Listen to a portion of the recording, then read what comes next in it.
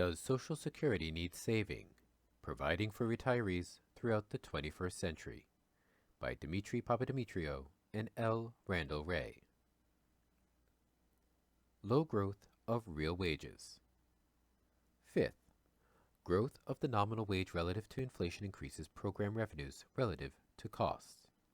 The trustees have assumed that the Consumer Price Index, CPI, will grow at 3.3% per year. According to intermediate assumption, the nominal wage will grow at 4.2% per year, or 0.9 percentage points faster than the Consumer Price Index. This percentage point difference is called the real wage differential and may be expressed as percent growth in real wage. Each 0.5 percentage point increase in the assumed real wage differential increases the long-range actuarial balance by about 0.51% of taxable payroll.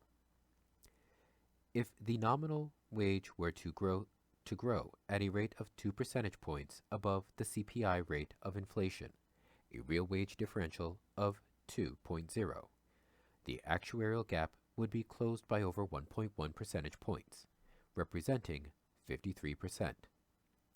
That is, if the real wage grew at 2.0% per year, rather than the assumed 0.9%, the difference between nominal growth of 4.2% and CPI growth of 3.3%, more than half of the long-range actuarial shortfall would be made up. In addition, the higher the rate of growth of the CPI, the better the long-range actuarial balance becomes because tax revenues increase more than CPI index benefits increase.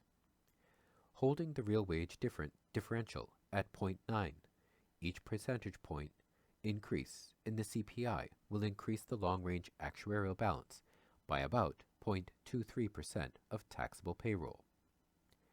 Growth of real wages is linked to productivity gains and to the relation between wages and productivity growth.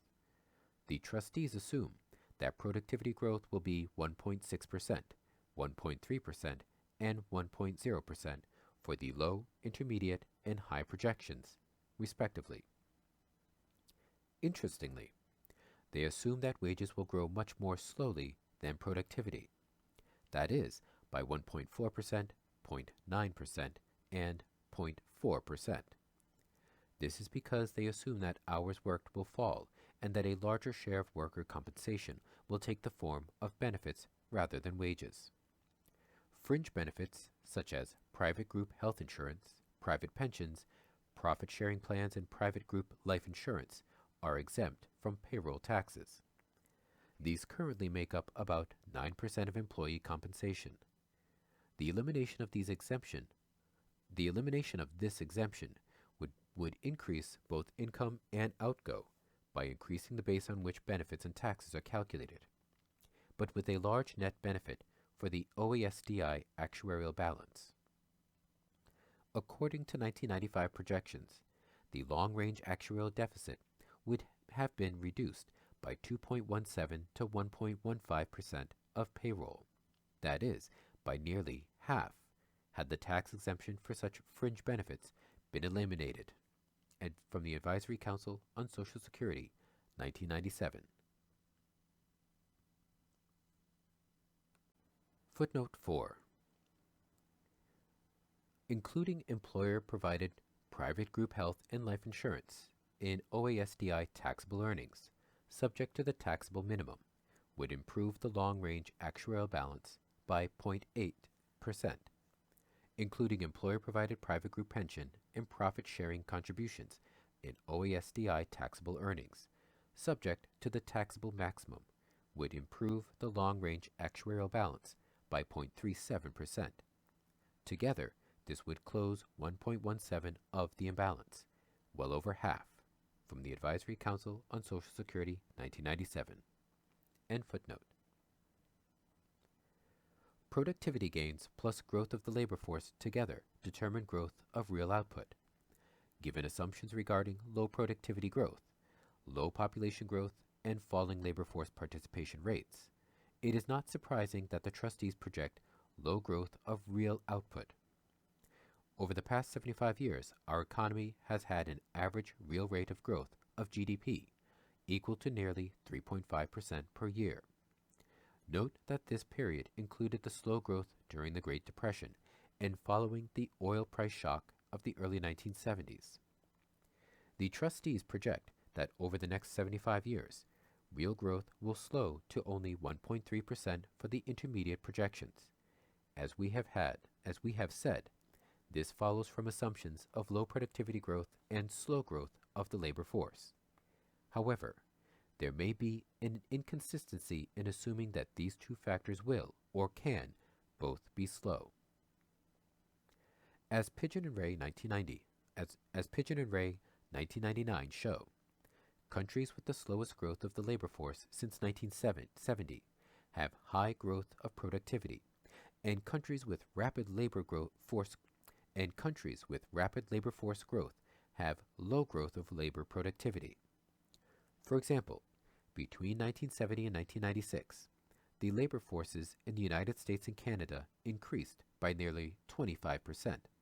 The labor force in Western Europe did not increase at all, and the labor force in Japan increased by only 5%. Over the same period, labor productivity increased by less than 20% in the United States, by about 30% in Canada, by 80% in Western Europe, and by a whopping 100% in Japan. Note also that real per capita GDP growth was slowest in the United States, which had the fastest labor force growth. Western Europe and Japan, with essentially no growth of the labor force, had more rapid growth of real output per person. Thus, there is no necessary relation between labor force growth and real GDP growth. The trustees' pessimistic projections with regard to economic growth result from the assumption that both labor force and productivity will grow slowly. However, if the experience of other countries with slow labor force growth can shed any light on future trends, we believe that should the U.S. labor force grow as slowly as the trustees project, labor productivity is likely to grow much faster than they project. Footnote 5. The links between the growth of the labor force and the growth of productivity are quite complex. However, Pigeon and Wray's analysis shows that those developed countries with the lowest labor force growth have consistently enjoyed much higher growth rates for productivity. It is possible that firms adapt to slow growth of the labor force by devoting more resources to skill enhancement and to capital per worker. Policy may also be directed to increasing labor productivity in the presence of a labor shortage created by slow growth of the labor force. End footnote. This, in turn, will increase real wage growth and thereby close the actuarial gap.